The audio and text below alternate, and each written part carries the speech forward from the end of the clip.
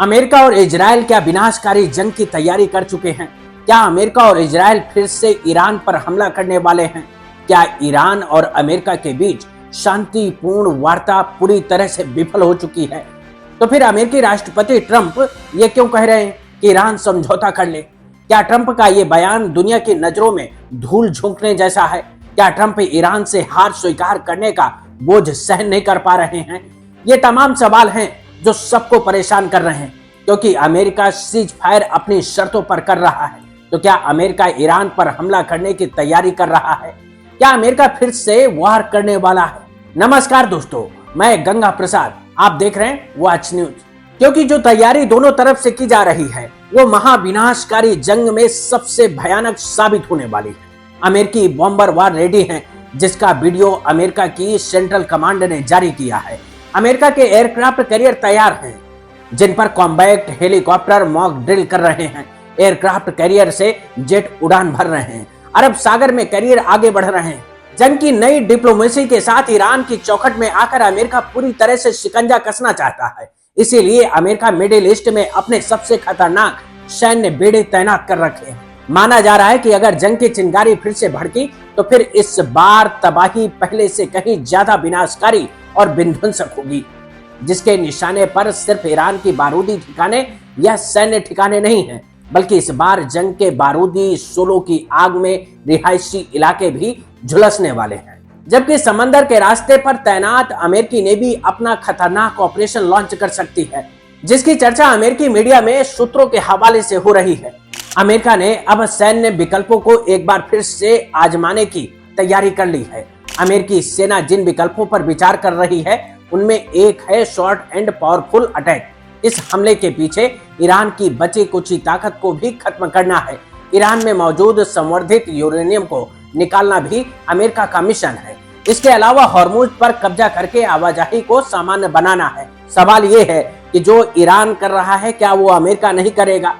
क्योंकि सोचिए, जो अमेरिका दुनिया के देशों को कंट्रोल करने के लिए टैरिफ का खेल खेलता है, वो अमेरिका हॉर्मुज पर जब कंट्रोल कर लेगा तो क्या वो वैसा नहीं करेगा? दरअसल अमेरिका और ईरान के बीच हॉर्मुज और यूरेनियम प्रोग्राम पर समझौते को लेकर टकराव बना हुआ है। हालात ये हैं कि ना तो अमेरिका पीछे हटने को तैयार है और न ही ईरान अपनी शर्तों पर समझौता करने को राजी है। ईरान ने अपने प्रस्ताव में कहा है कि अमेरिका सबसे पहले हॉर्मुज से नाकेबंदी हटाए, जिसके जवाब में ट्रंप ने कहा कि अमेरिका ईरान की शर्तों से सहमत नहीं है।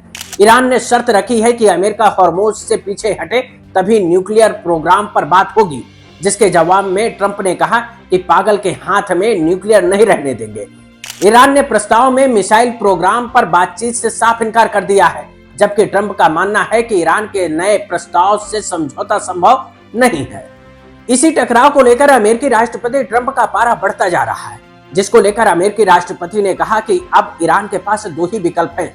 पहला, ईरान पर हमला करके उसे पूरी तरह से नष्ट कर दिया जाए। दूसरा, अमेरिका ईरान की शर्तों पर झुक जाए, कोई भी समझौता कर ले।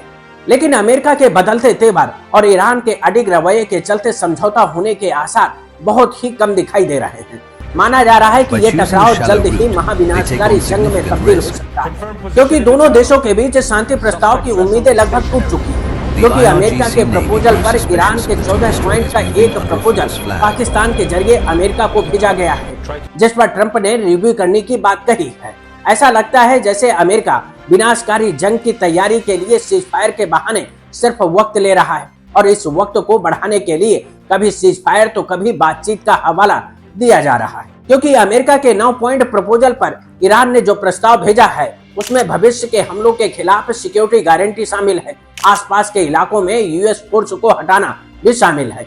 नेवी पर लगी रोक को हटाना, ईरान के जमे हुए फंड्स को रिलीज करना, मुआवजा देना, बैन हटाना और सभी फ्रंट पर लड़ाई खत्म करना है। साथ ही हॉर्मुज स्ट्रेट के लिए नए नियम शामिल हैं। अब ये सब कुछ अमेरिका पर निर्भर करता है कि वो समझौता करना चाहता है या महाविनाशकारी जंग को लड़ना चाहता है।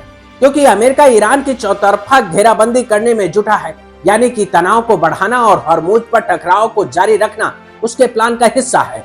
तब चीन और रूस के साथ ईरान बैकडोर डिप्लोमेसी पर काम कर रहा है।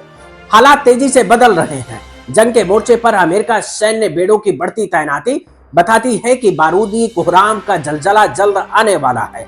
अमेरिका की जंगी तैयारी, ट्रंप की धमकी और इजरायल की तरफ से दिया गया अल्टीमेटम बताता है कि एक बार फिर से जंग शुरू करने का प्लान तैयार हो चुका है, जिसके संकेत कुछ इस तरह से मिले हैं। ट्रंप ने ईरान को धमकी देते हुए कहा कि ईरान को तबाह कर देंगे। इजरायल के प्रधानमंत्री नेतन्याहू ने कहा कि अब ईरान के वजूद को खत्म करने का वक्त आ गया है।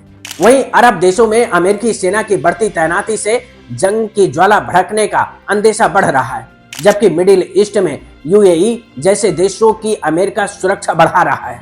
साथ ही यूएई, बहरीन जैसे देशों में अमेजन जैसे कुछ कंपनियों के ऑपरेशन भी बंद कर दिए गए हैं, क्योंकि ईरान ने जंग के दौरान मिडिल ईस्ट में अमेरिकी ठिकानों के साथ मल्टीनेशनल कंपनियों के ऑफिस को निशाना बनाकर हमला किया था।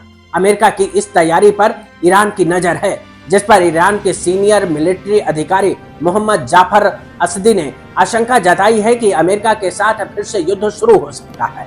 ईरान की फोर्स न्यूज एजेंसी ने इस बारे में जानकारी दी है।